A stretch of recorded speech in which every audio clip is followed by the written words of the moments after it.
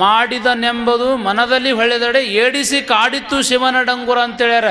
ನಾ ಮಾಡೀನಿ, ಈ ಗುಡಿ ನಂದಿಂದ ನಡೆದದ, ಇದು ನಂದಿಂದ ನಡೆದದ, ಮನಿ ನಂದಿಂದ ನಡೆದಂತೆ ಅಂದರ ಯಾರು ಅಂತಾರಲ್ಲ ಅದು ಯಾರಿಂದ ನಡೆಯಂಗಿಲ್ಲ.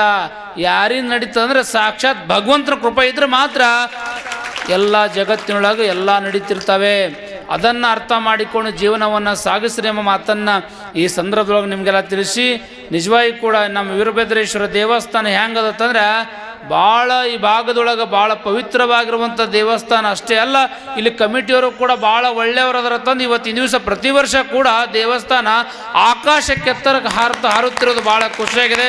ಇವೆಲ್ಲ ಆಗಬೇಕಾದ್ರೆ, ಬೆಳ್ಳಿ ತೊಟ್ಟಿಲ ಆಗಬೇಕಾದ್ರೆ, ಬೆಳ್ಳಿ ಪಲ್ಲಕ್ಕಿ ಆಗಬೇಕಾದ್ರೆ ಸಾಮಾನ್ಯ ಕೆಲಸ ಇಲ್ಲ. ಇವು ಆಗಬೇಕಾದ್ರೆ ಒಳ್ಳೆಯ ಮನುಷ್ಯಗಳು ಬೇಕು, ಮಾಡುವಂಥ ಒಳ್ಳೆಯ ಭಾವನೆಗಳು ಬೇಕು. ಒಳ್ಳೆ ಮನಸ್ಸುಗಳಿದ್ರೆ ಮಾತ್ರ ಏನಾದರೂ ಮಾಡೋಕ್ಕೆ ಸಾಧ್ಯದ. ನಮ್ಮಲ್ಲಿ ಒಳ್ಳೆ ಮನಸ್ಸಿದ್ರೆ ನಾವು ಓದೋಕ್ಕೆ ಸಾಧ್ಯದ. ನಮ್ಮಲ್ಲಿ ಒಳ್ಳೆ ಮನಸ್ಸಿದ್ರೆ ನಾವು IAS ಅಧಿಕಾರ ಆಗ್ಬೋದು, IPS ಅಧಿಕಾರ ಆಗ್ಬೋದು. ನಮ್ಮ ಹತ್ರ ಸುಮಾರು ಭಾವನೆ ಇದ್ರೆ ನಾವು ಕಳ್ರಾತೀವಿ. ಅದ್ರ ಸಲುವಾಗಿ ಒಳ್ಳೆಯ ಮನಸ್ಸುಗಳು ಇಟ್ಕೊಳ್ರಿ. ನಿಮ್ಮ ಮಕ್ಕಳಿಗೆ ಒಳ್ಳೆಯ ಸಂಸ್ಕಾರ ಕೊಡ್ರಿ. ಎಂಥ ಸಂಸ್ಕಾರ ಕೊಡ್ರಿ ಅಂತಂದರೆ ಅವರೆಲ್ಲ ದೊಡ್ಡವರಾಗಿ ಒಳ್ಳೆಯವರಾಗಬೇಕು. ಬರೀ IAS ಅಧಿಕಾರಿ IPS ಅಧಿಕಾರಿ ಆಗಬೇಕಾಗಿಲ್ಲ. ತಂದೆ ತಾಯಿಂದ್ರೆ